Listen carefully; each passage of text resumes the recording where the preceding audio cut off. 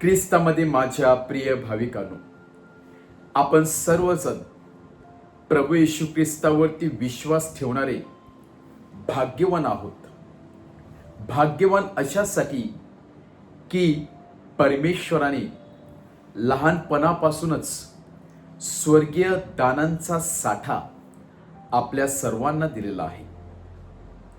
वेगवेगळ्या संस्काराद्वारे, मग तो स्नान संस्कार असू द्या, मग तो दृढीकरण असू द्या, मग तो प्रथम ख्रिस्त शरीर असू द्या, पाप निवेदन असू द्या, किंवा अंतिम संस्कार असू द्या, किंवा ब्रह्मचर्याचा संस्कार असू द्या, किंवा लग्न सोहळा असू द्या, या वेगवेगळ्या संस्काराद्वारे आपण परमेश्वराशी अगदी जवळून किंवा परमेश्वराची आपण घट्ट नातं निर्माण केलेलं आहे.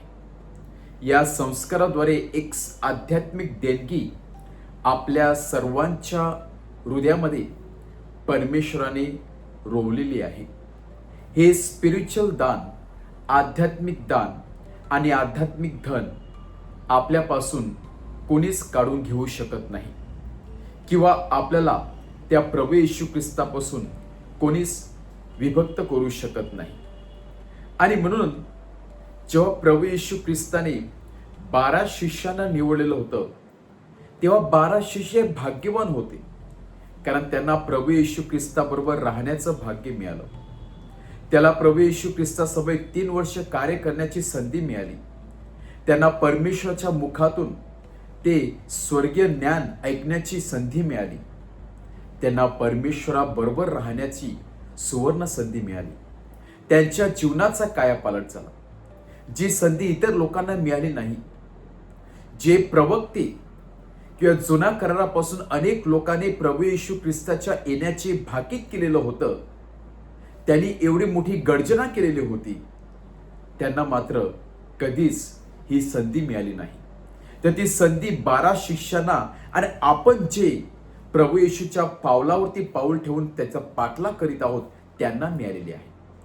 आणि म्हणूनच आपण सर्वजण भाग्यवान आहोत. आणि म्हणून आजच्या शुभवर्तमानामध्ये जेव्हा शिष्य प्रभू येशू ख्रिस्ताला प्रश्न विचारतात की तुम्ही इतरांबरोबर बोलताना पॅरेबल म्हणजेच एखाद्या दाखल्याप्रमाणे का बोलत आहात, एका गोष्टीच्या रूपाने का बोलत आहात, तेव्हा प्रभू येशू ख्रिस्त सांगितलेलं आहे की स्वर्गीय दानांचा उलगडा करण्याची शक्ती आणि स्वर्गीय दान हे तुम्हाला मी डायरेक्ट दिलेलं आहे, परंतु इतर लोकांना ठाऊक नाही. आणि म्हणून इतर लोकांना पटवून देण्यासाठी मला दाखल्यांचा वापर करावा लागतो. आणि पुढे येशू ख्रिस्त म्हणत आहे की धन्य तुम्ही की तुम्ही जे पाहत आहात आणि तुम्ही जे ऐकत आहात ते ऐकण्यासाठी, पाहण्यासाठी अनेकांचे कान आतुरलेले होते, अनेकांचे डोळे थकलेले होते, परंतु त्यांना ती संधी मिळाली नाही. तुम्ही लकी आहात. आज आपण सर्वजण लकी आहोत, कारण परमेश्वराने वेगवेगळ्या प्रकारे हा स्वर्गीय साठा आपल्यापर्यंत पोहोचवण्याचा प्रयत्न केलेला आहे. विशेष म्हणजे पवित्र मिसाद्वारे हा ज्ञानाचा साठा, हा शक्तीचा एक सुवर्ण शक्तीचा किंवा महान शक्तीचा साठा परमेश्वर दररोज आपल्याला देत असतो. हा इतरांना मिळत नाही, पण जी व्यक्ती परमेश्वराकडे येत असते त्याला ते मिळत असते. आणि म्हणून आपण सर्वजण भाग्यवान आहोत. जे ज्ञान, जी कृपा, जी पवित्र आत्म्याची दाने परमेश्वराने आपल्यासाठी राखून ठेवलेले आहेत, त्यासाठी आपण सर्वजण भाग्यवान आहोत.